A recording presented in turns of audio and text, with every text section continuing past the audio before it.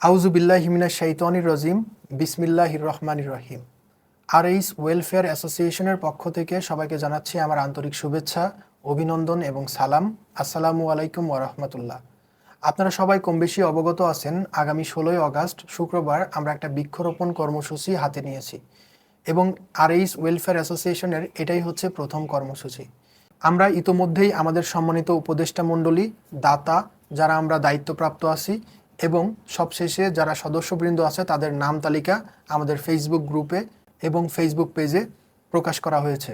আমি সর্বপ্রথম দৃষ্টি আকর্ষণ করতে চাই আমাদের সম্মানিত উপদেষ্টা মণ্ডলী, দাতা, যারা আমরা দায়িত্বপ্রাপ্ত আছি এবং সর্বশেষে যারা সদস্যবৃন্দ আছি তাদেরকে দৃষ্টি আকর্ষণ করে বলতে চাই, যেহেতু আমরা সামনের সপ্তাহে একটা কর্মসূচি করতে যাচ্ছি যেখানে একটা খরচের ব্যাপার রয়েছে এবং সেই পরিপ্রেক্ষিতে আমাদের ফান্ড কিন্তু সেইভাবে আমরা এখনও রেইজ করতে পারি নাই এবং আমাদের প্রতি মাসের যে একটা নিয়মিত যে ডোনেশন আমরা ধার্য করেছিলাম সেই ডোনেশনের তারিখ ছিল ১ থেকে ১০ তারিখ পর্যন্ত, কিন্তু আজকে ৯ তারিখ।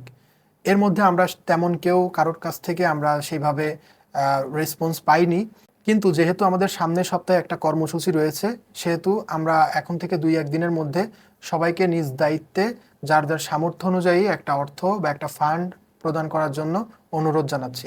সেক্ষেত্রে যারা এলাকায় আছেন তারা রাজু টেলিকমে টাকাটা জমা দিতে পারেন, অথবা যারা এলাকার বাইরে রয়েছেন তারা স্ক্রিনে দেওয়া নাম্বার অথবা ডেসক্রিপশন বক্সে দেওয়া নাম্বারের আপনারা টাকা সেন্ড করতে পারেন, যে নাম্বারে হচ্ছে বিকাশ এবং নগদ দুইটাই রয়েছে।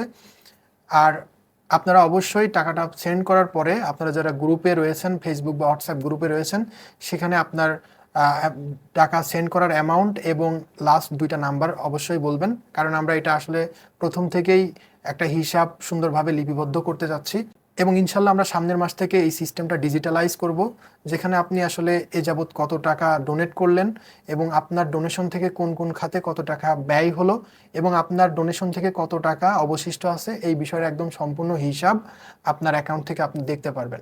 এটা করা হচ্ছে আমাদের হিসাব নিকাশের যে স্বচ্ছতা এটা বজায় রাখার জন্য। আমাদের এই প্রতিষ্ঠানের সর্বোপরি এবং সর্বপ্রধান লক্ষ্য হচ্ছে আমাদের নিজ এলাকা সার্বিক দিক দিয়ে উন্নয়ন এবং সমাজের বিভিন্ন বিশৃঙ্খলা এবং বিভিন্ন বিষয় সম্পর্কে যে দুর্বলতা আমাদের রয়েছে সেই দুর্বলতাগুলো আমরা যাতে মোচন করতে পারি, আমরা যাতে একটা সুন্দর পরিবেশ তৈরি করতে পারি এবং আমরা সুন্দরভাবে বাঁচতে পারি, সেই একটা পরিবেশ তৈরি করার জন্যই কিন্তু আমাদের এই প্রতিষ্ঠান। আমরা যদি আমাদের লক্ষ্যে পৌঁছাতে চাই তাহলে অবশ্যই সবার সম্মিলিত প্রচেষ্টা, পরিশ্রম, অর্থ সব কিছু দিয়ে আমরা সহযোগিতা করে আমরা জিনিসটা এগিয়ে নিয়ে যেতে পারবো, সেই আশা ব্যক্ত করে আমি এখানেই আমার কথা শেষ করছি। আল্লাহ হাফেজ।